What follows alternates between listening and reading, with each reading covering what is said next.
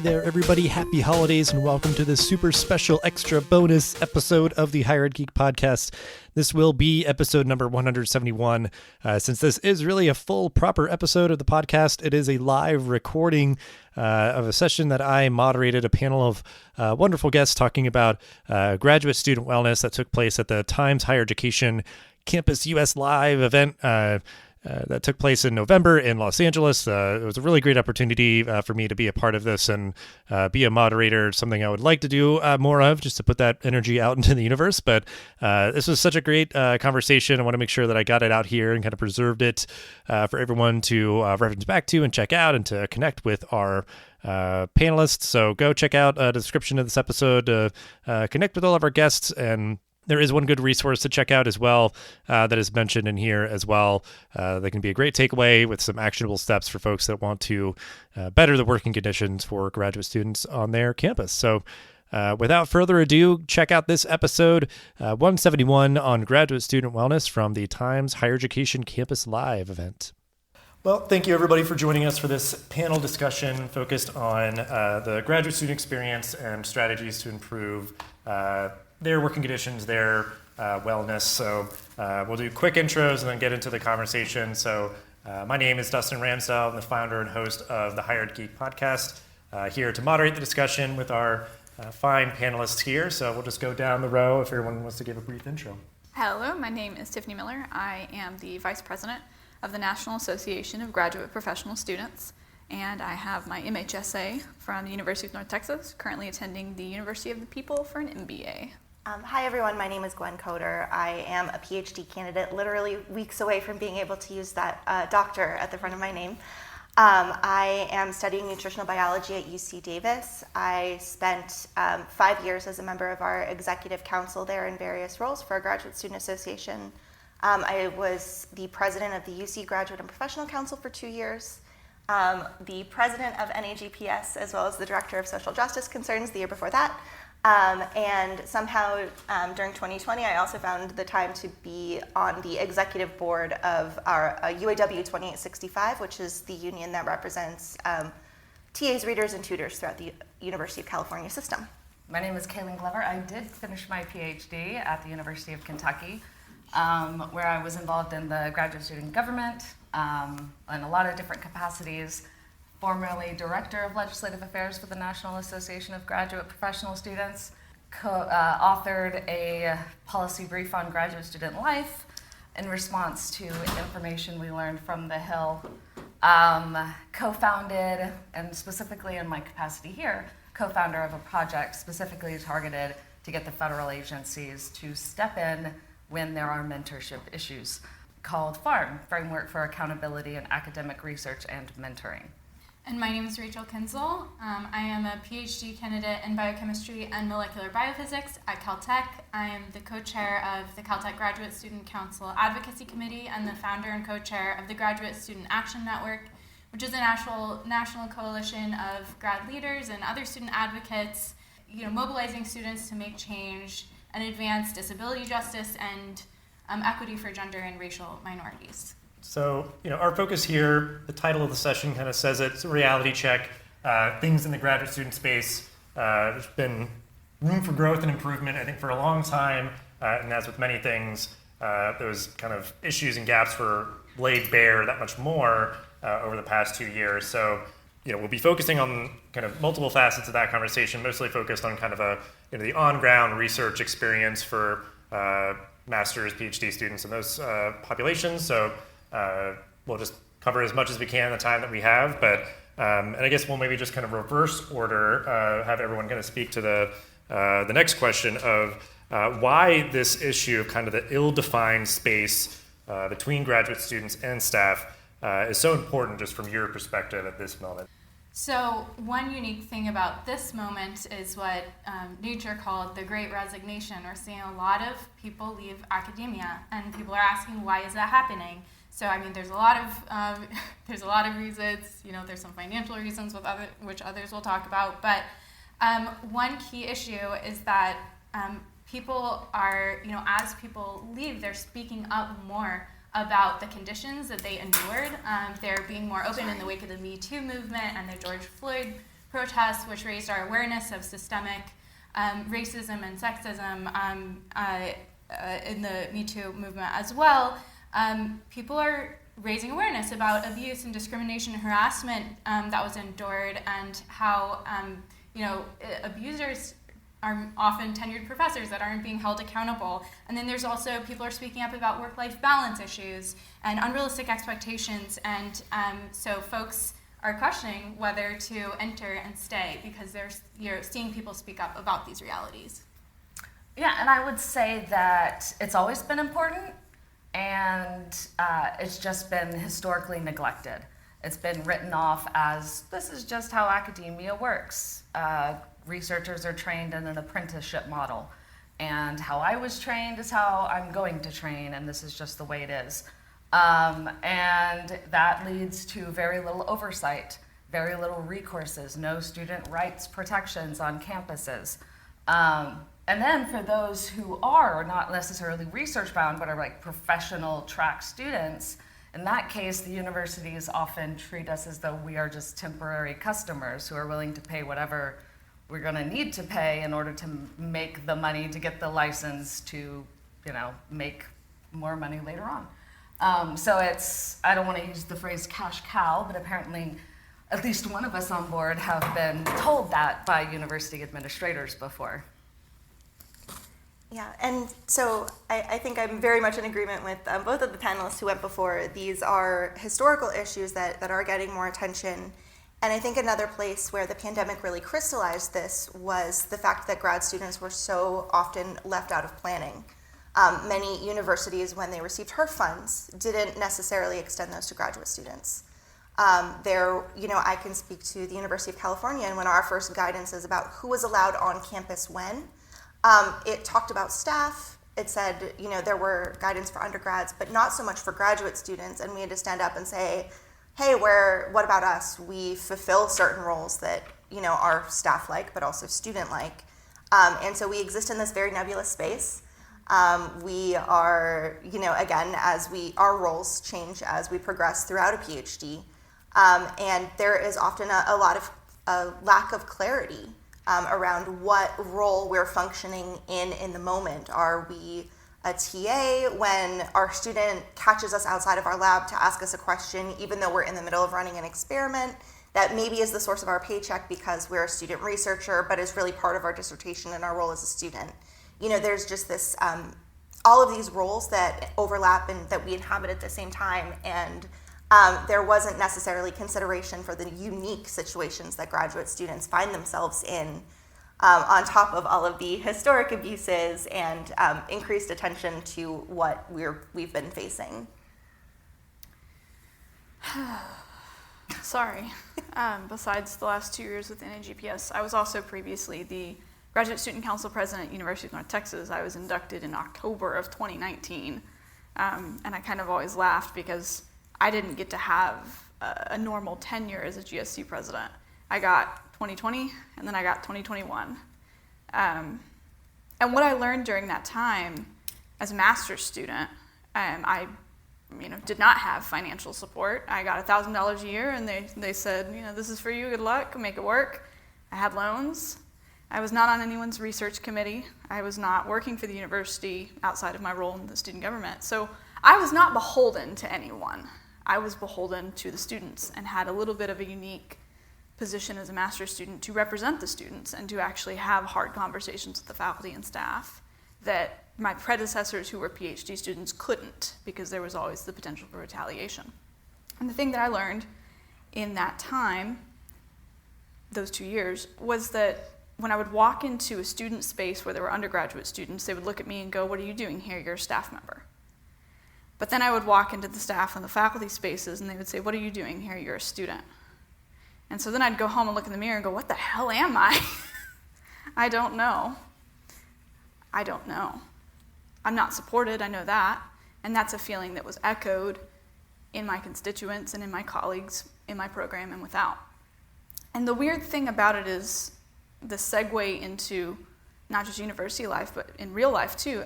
Just a quick show of hands. How many of you have ever driven on a road? Probably all of you. Have ever been to a doctor? Probably all of you at least once. And maybe seen a lawyer for something. probably at least once in your life, or you will in the future. Congratulations, you have directly and indirectly benefited from graduate educated people, whether they're professional students, master's students, PhDs, or certificate holders. Civil engineers, lawyers, doctors, these are all graduate and professional students. But when they're actually receiving their educations before they get to the point of going on to do those things that you all benefit from, that we all benefit from, they're subjected to, as some of my colleagues on the panel have noted, abuse at the hands of faculty members, occasionally at the hands of other students, including undergraduate students, and low support. Even the PhD candidates with their tuition reimbursements and their salaried TA-ships and RA-ships and all of that, on average, depending on the school you look at, are receiving a lot less than people in other states, and we won't even talk about Europe. I looked it up the other day. The average TA in Europe makes $50,000 a year. I won't go down that path, though. But it's a weird space to be in. You're not really a student, but you're not a faculty or staff member either. But you're expected to, when you go into the faculty spaces, the staff spaces, to act like a student. But when you go into the student spaces, you're given the same level of responsibility and accountability, or lack thereof on occasion, as the faculty and the staff. And that is the scope of the problem.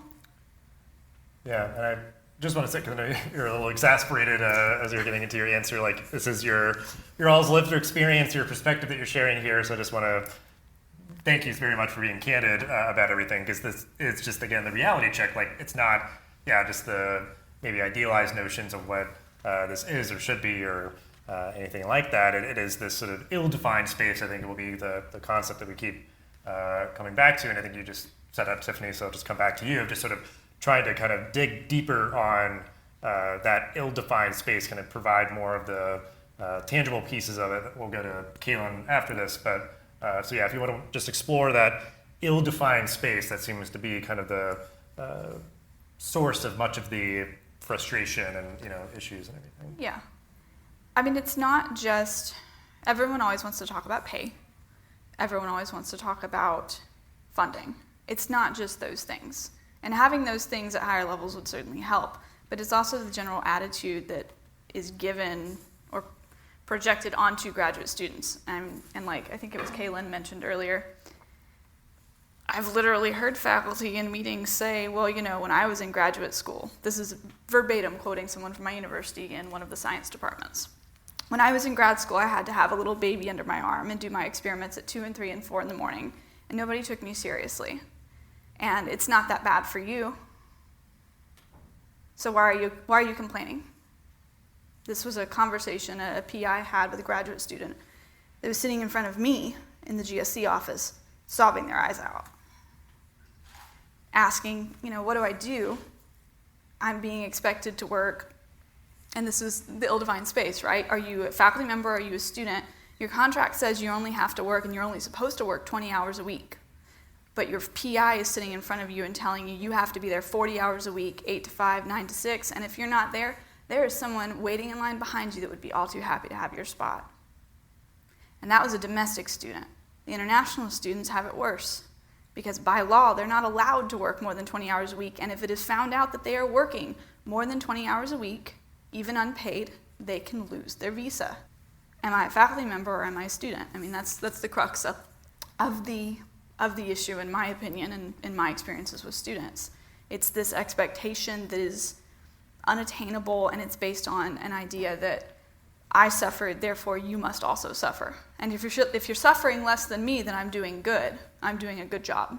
Well, and it's almost a thing where, like, you're so close because you're acknowledging that you also suffered decades ago, but you're not being like, wait a second, maybe it shouldn't be this. Like, right so, there. But I know, Kaylin, you have quite a few stories and stuff, so I know, given time, we can't probably tell all of them in their entirety, but if you just want to share, about sort of that power balance of those things that you experienced. Yeah, and I, before I get to the stories, because I got them, the power imbalances, I think, is really crucial because you can get into some sticky ethical situations.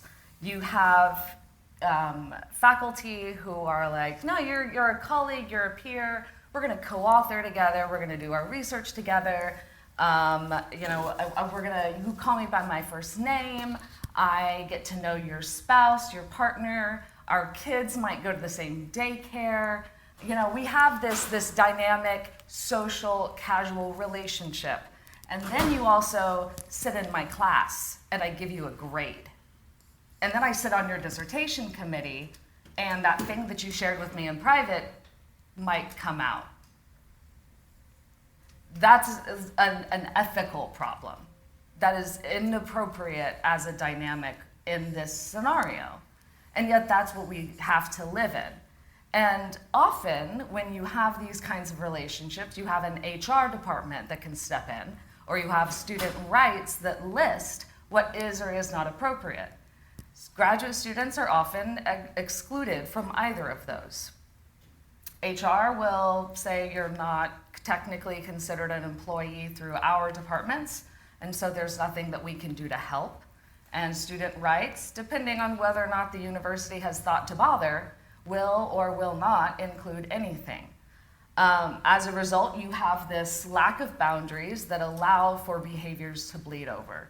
And I think a big problem is that whenever we mention this, faculty are like, well, I would never do that. I view you as a friend. Like, we're colleagues. That's the problem. You don't experience the kind of power imbalance because you're the person in power. We're not. We're sitting here wondering how what I might accidentally say at your house, this party to welcome new students, is going to be used against me. Because it happens. And one of the reasons why we are so passionate about this is because there are real tangible effects of this. In case you don't know, but there's a graduate student mental health crisis. 40% of graduate students have moderate to severe anxiety or depression. These are rates 2 to 3 times higher than the undergraduate populations. 10% are suicidal. Whenever we talk about the experiences we've had on campus talking to university administrators, they tell us that the suicides that are happening are not talked about because it makes them look bad, because they're happening. Now, we can talk a little bit about my experiences. I just finished after 7 years. I relocated my family across the country to work with an advisor. I found out after I'd been there, he had not graduated a PhD student in 10 years. Information that had been covered up. He was abusive, controlling, domineering, demeaning. I would get emails late at night, why aren't you working? Expecting me in the labs on the weekends. I still have many emails from him that all illustrated all of this. The time I came in, there were 4 PhD students, 5. They had all left after 3 years. After 2 years, I was the only one left. The only ones who were able to stick around had co-advisors, switched to a master's, or switched labs. Those that he still had influence over, because in switching out of somebody's lab doesn't mean that they leave your dissertation committee. He retaliated against on their committees. Just saying the most horrible things in their defenses and so forth. Doesn't technically count as being protected under university retaliations. By the time I decided to leave, we had gotten to the point of sexual harassment.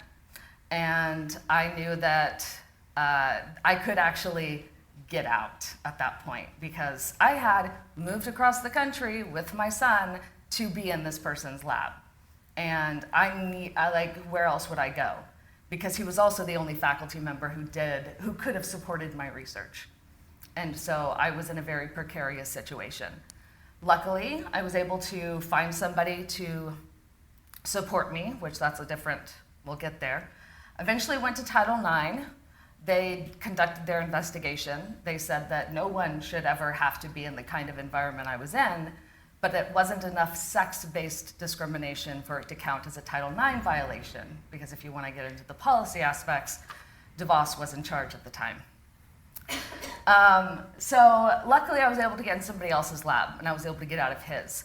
The primary reason I filed the Title IX was because I knew that in doing so, any student who was listed, who was interviewed, or was in any way involved with him or the situation would be protected through the Title IX office. I had been working in I have been in higher ed for 14 years at this point. So I knew that. And I wanted to make sure that the students who I knew had left and were still facing retaliation could not be further retaliated against. So at this point, because of the stress that I had been under, because he was requiring me to work so often, I had developed multiple physical problems. I have currently widespread musculoskeletal dysfunction that results in neurological and mobility issues because of the kinds of working conditions I had during my graduate program. The department did not provide for any accommodations whenever I was needing them in terms of me trying to attend different events, being on campus, doing my research. I had to spend one entire year where my lab was officially a classroom, like a class lab, because they didn't have space for me, which meant that I couldn't do my research at like normal times or have like a place to sit. Whenever I tried to get disability support for me working at home, disability services was like, well, that's not actually student work you're doing, that's like research, so can't help you. So I was denied disability access for the things I need. Luckily, they were able to take me to and from campus because I lived on campus. So to get to my various doctor's appointments, which were also on campus, I was able to get that, but not all of them. So those I had to negotiate.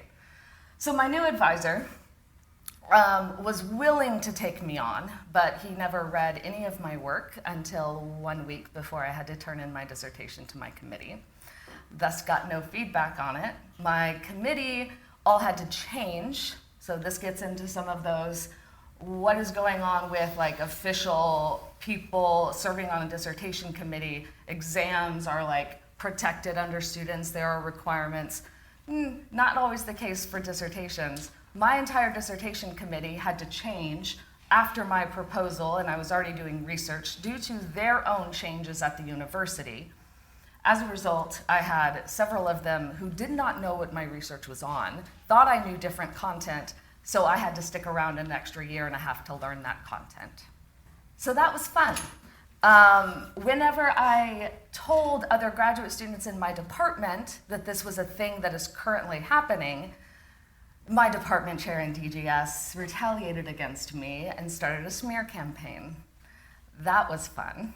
I go to the Ombud to try to get some degree of protections. We go through the university's like student rights, what they can protect. Nothing in there about graduate students. All exams, all homework, all those kind of responses. Nothing about dissertations, defenses, theses, proposals, anything. When we say that these are real and tangible issues, we mean it. I started doing graduate student advocacy before these issues happened. And throughout my entire experience, I continued to hear these things from others. I was the one who could say something, though. No one should get disabled from getting a graduate degree. Thank you for sharing your story, because I think it really does capture that ill-defined space and then sort of the negative impacts that come of it. And I think throughout that story, obviously you shouldn't have had to endure what you endured, but one big aspect of it is, because we've acknowledged, I think, the financial aspects of this issue, where certainly graduate students should get paid more, but then there's also you needed transportation, you needed healthcare, you needed, perhaps childcare, all these aspects of financial burdens that, oftentimes, again, are overlooked, or, there are resources that are available to staff or undergraduate students, but not explicitly graduate students. So we'll spend a brief moment on the financial issues and how they impact graduate students specifically. So we'll start with you on this one, Gwen, and then we'll go to Rachel. Yeah, so in addition to my advocacy roles and leadership roles, I've been very involved with basic needs work, both on my campus and within the community. And the UC was one of the first to talk about undergrad student food insecurity. It was about 45% in 2016. So roughly half of the undergraduate students were food insecure. And this number got a lot of attention. Other institutions really started talking about it then. And you find pretty consistent numbers elsewhere. But one thing that gets lost in that same report was that 25% of graduate students were also food insecure.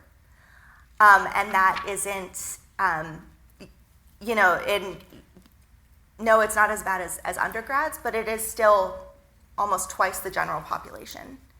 And there are very unique challenges towards being a graduate student. So again, for most of us, our advisors are our source of funding. They're the ones who pay us. They're the ones who give us a job, who, if they don't have research funds to have somebody as an assistantship for a semester, oh, well, you can TA for me, and then you're covered. So you're highly dependent not only on your advisor for your own progression as a student, but also for your financial well-being. Additionally, there are a lot of setups within institutions that really also challenge grad students. You get treated almost as colleagues. Hey, we should go and present at this conference. But it's a very different reality to have to wait on a reimbursement when you are only making $2,000 a month and are spending more than 50% of that on your rent, which is the case for many grad students. The average grad student in the US makes about $21,000 a year, which is only just above the poverty line in most places, and then depending on the program is in, there's variability in that. But to have to put out money from your own pocket to go to a conference that your advisor wants you to do because you're friends and it's important for your networking and for your development and for your progression, that puts a huge financial burden on students. There are also issues, of course, with things like pay cycles, needing to have some of the other fees and costs that are associated with, just performing some of the things that you do as a grad student. Needing to have certain types of, so I do bioclinical research for the most part for my dissertation. And because I see study subjects in that context as a healthcare professional, I also need to carry liability insurance. My university doesn't cover that. I have to pay for that, even though it's a necessary thing for me to do as part of my job, or as part of the job that I've been hired for by the university. That's not funded into the budget. That's not baked in. And so these are just some of the general challenges, specifically in meeting some of them, though it's also really challenging for grad students. So we ended up starting a graduate student pantry on our campus because we knew that even though we heard from our grad students that even though they were struggling and they could benefit from it, they didn't feel comfortable going to the undergraduate student pantry because they might see their students and then have to go to class and teach that student and stand in front of that student having just seen them in the pantry. And they felt like shame because of that. And that's not how it should be. I mean, you can't do your best work if you're hungry. You can't do your best work if you're worrying about how you're going to pay your rent that month. You are, if you are waiting on a reimbursement, why has it taken 3 months for me to get a reimbursement for this flight? That's time that takes away from supposedly the only 20 hours that you're supposed to be working. And then, of course, there are some of the other, expectations that are put on students or students in leadership. When I was the president of our system-wide graduate student organization, I would routinely get calls from career staff well after working hours, including ones at 10:30 at night on a Thursday. And just the expectation was I was going to answer, I was going to be available, and I was going to be there. We get asked to do things a lot for our advisors that are not paid for or covered. We're friends, so you'll cover my class for me. You can give that lecture. It's great experience. It's great exposure, but there's no pay for the hours that you put into that. They're Digging through trash once. That was fun. Yeah. And so that's just for general grad students, and I think, and then I think Rachel can speak a little bit to some of the, experience of some of our marginalized populations as well, who have even more challenges. Yeah, just briefly, one of the additional consequences of not paying graduate students enough is that is the diversity problem, right? So, universities are being more vocal about wanting to recruit and retain students from marginalized backgrounds and more women and minoritized genders. But the problem is the only people who can survive on a graduate student stipend are folks who are getting extra support from their parents or from their spouses, and or who are non-disabled and don't have medical debt. And so if universities really want to do a better job at recruiting a diverse student population and really recruiting the top talent from from this country and beyond, they need to pay students more and also provide financial support, extra needs-based support for students from low-income backgrounds and disabled students and student parents, right? So yeah, one more, I guess, brief thing is like it's very, very expensive to be a parent. You really can't be a parent and a student at the same time. And this is making a lot of people, and especially women, choose to leave academia. If you want more women to, be postdocs and become professors, you have to make it financially possible to be a parent and a student. Yeah. Yeah. So much. I feel like so much of this stuff too is like, any of those like other duties where it's just like, you don't pay me enough for this. Like I kept like ringing in my head where it's just like, you're asking me to do what? You don't pay me enough for this. You barely pay me at all. And the other thing too that I think just to have it kind of connecting with dots in people's heads is like a lot of these, things that institutions aren't willing or able to put up the funding to create childcare opportunities or, healthcare or these various kind of things. I think for public institutions, at least, there's just been so much of a dwindling of state support for higher education. And it's like, if they had more money, this would probably be some of the stuff that they could spend it on, is like covering that insurance, covering, for somebody to get transportation, get childcare. So I think, this is just one more manifestation of sort of the casualties of sort of the lack of investment in higher education as that public good. It's just going to come up in so many different ways. But yeah, and I mean, to tie all of that together, another group that is really disadvantaged by our current system is international students. And international students are rarely eligible for certain types of aid.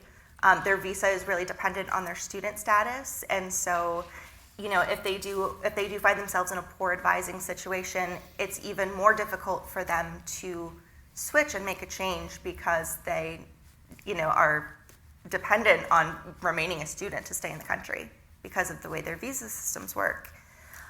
Additionally, this was something else that we found really challenging during the pandemic, is that international student and out-of-state student fees at public institutions aren't typically covered in tuition remission costs. And so we found ourselves in a situation at UC where we have all of these students who ended up adding a year to their graduation or to their degree timeline or things like that through no fault of their own, because we're in a global pandemic and everything is shut down. And then they come back and, everybody's really excited and willing to get back to work. But then, to hear, well, you didn't meet the benchmarks and the timelines, so you have to pay these out-of-state fees now. That'll be $15,000. And yes, we know that you're TAing, 50 hours a week, 50%, which is 20 hours a week, and you make $24,000 a year, but, you're good. Like, this is what you need to do to finish. And there just isn't support and recognition for the challenges that things face.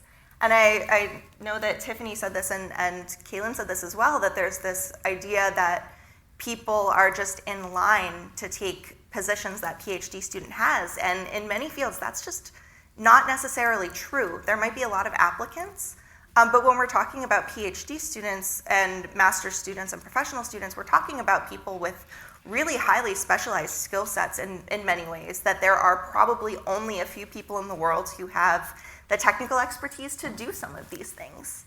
I know, I'm finishing, my advisor is paying me to stick around for an extra 6 months because some of the techniques that I have brought into our lab, I'm the only person who does them. So getting all of the other students up and running with them, is extra work that I'm going to take on, and thankfully she's in a position to pay me, but there are lots of people who don't get that.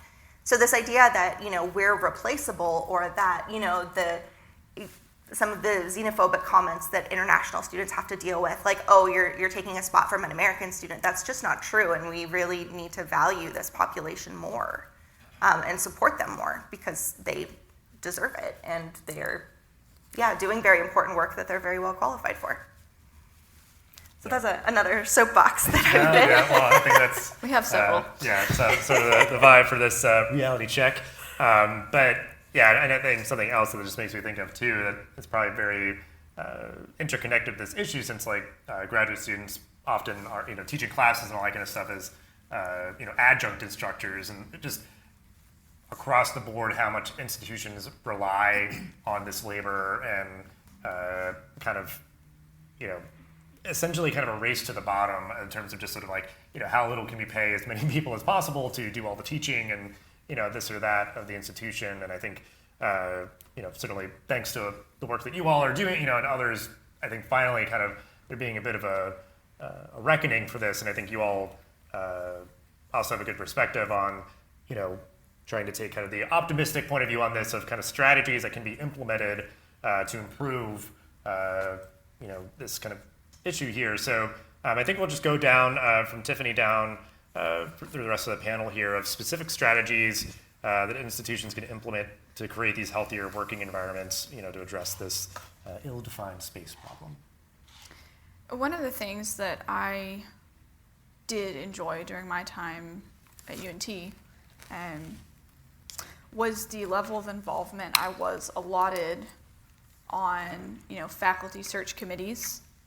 And when they were hiring on a university president my freshman year, I know for a fact they had the SGA and GSC presidents for the undergraduate and graduate students on that committee helping interview the presidential candidates.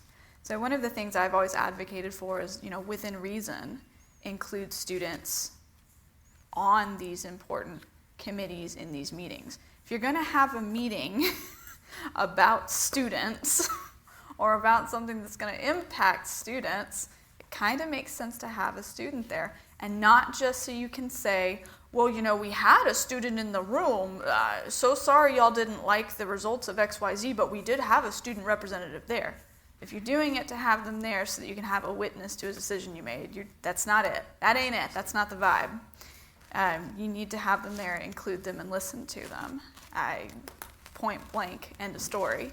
And I guess sort of my little closing statement with that is this. When I was 15, my mother was arrested and sent to a federal prison. And I was, in the great state of Texas, a ward of the state until I was 18. I did not have a home during that period. My university was my home. So I did my undergrad, I did my grad degree.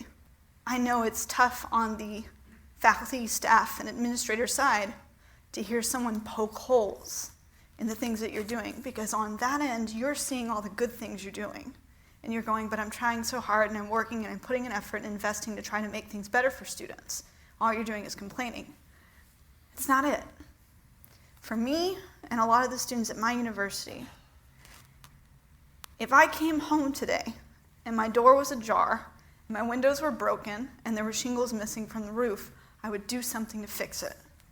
Because that's my home.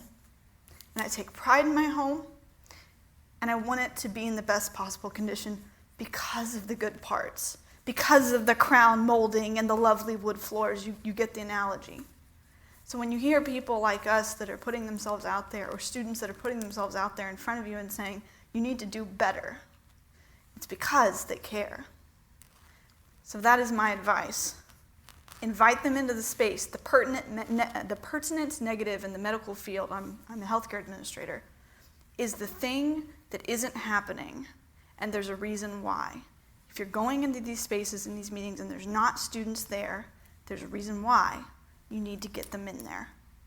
They need to be part of the conversation, because any results that come out of that conversation are meaningless without them. You do not have a university if you don't have students.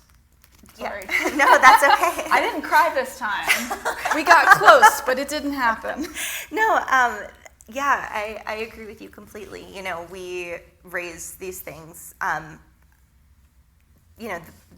graduate experience has been very challenging, but I say, I am doing this because I care enough to do it, and I'm able to do it, and I'm very thankful for the ability to do it. But I think one thing that the universities can and should do is first of all, recognize the value of the labor of students. And I know this is very topical given what is happening at my institution, but if your students are unionizing and they're making demands, instead of saying, no, there's no room for that in the budget, or no, that's not a worker issue, maybe it's a better solution to come to the table. Not maybe, I'm not going to couch this. It's a better solution to come to the table and say, let's talk about creative ways to address this. How can we go to the state together and ask for more funds? How can we rethink this? Like, we are very smart, we are very intelligent, we are very passionate people with a lot of creativity, and so we are looking for solutions. We want to help you find solutions. We will come at you and complain about everything that is wrong. We will let you know when things are not working the way that they're supposed to, when people who, have been systematically disadvantaged are continuing to be taken advantage of in the system. But you need to work with us, and we have a lot to offer in that space. So recognizing graduate students as employees with a high degree of value, especially relative to our pay. We bring a lot of added value to these conversations, but recognizing our rights and our right to demand that there are better working conditions for us, because this is a job. This is a full-time job.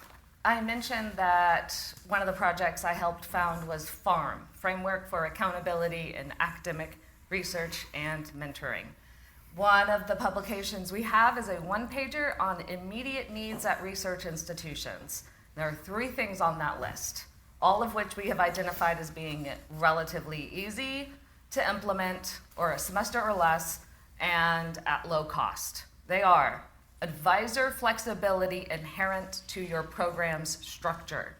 Any student who comes in needs to be able to switch advisors if they need to, without having to change their entire lives.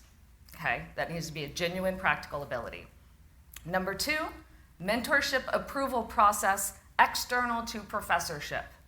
External body in a different department, somebody in the graduate school, there needs to be some sort of training that says, hey, just because you can do research doesn't mean you can teach other people. You should have authority over these students, okay? Complete and utter authority.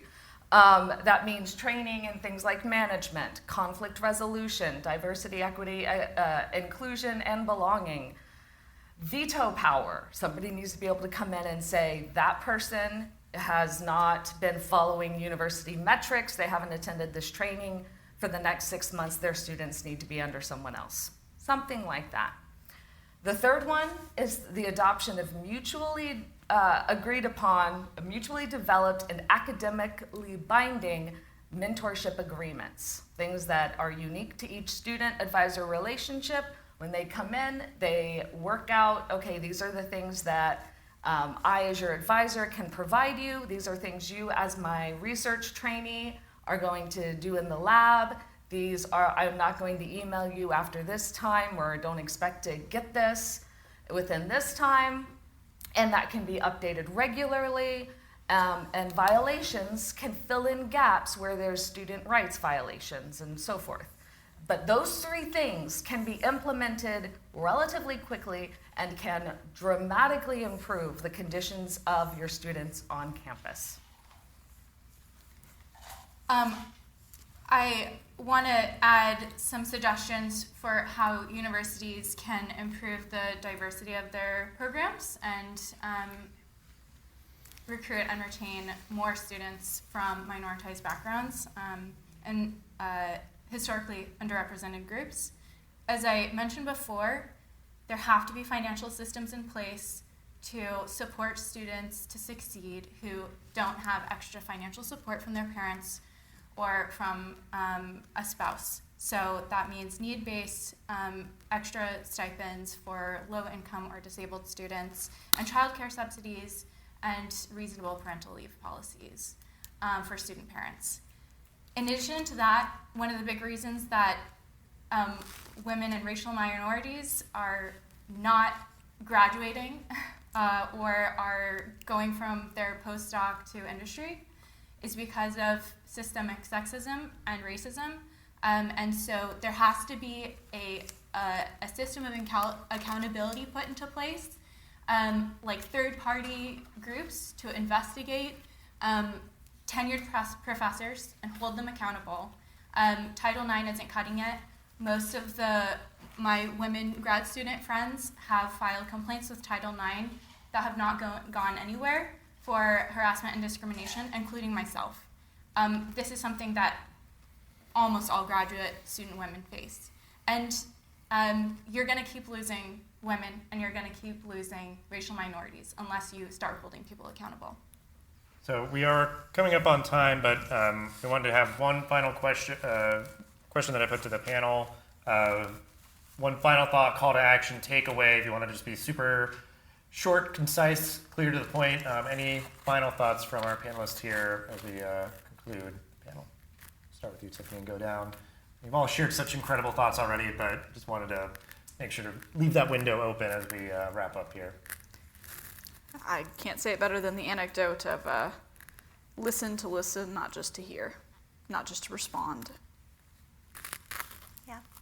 Recognize how much your graduate and professional students have to offer the institution, both in terms of their expertise, but also their creativity. Your ability to earn a graduate degree should not depend on how much abuse you're willing to tolerate.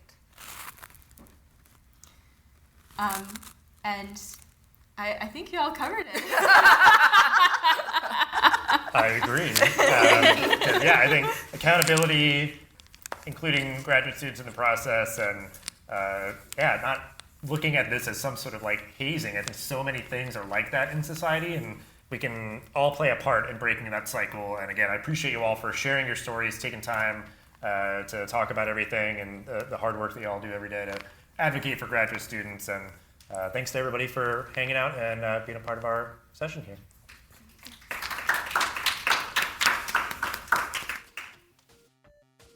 Thanks for listening to this episode of the podcast. Make sure to rate, review, and subscribe so you never miss an episode. Thanks again for listening, and we'll see you in the next episode of the Higher Ed Geek podcast.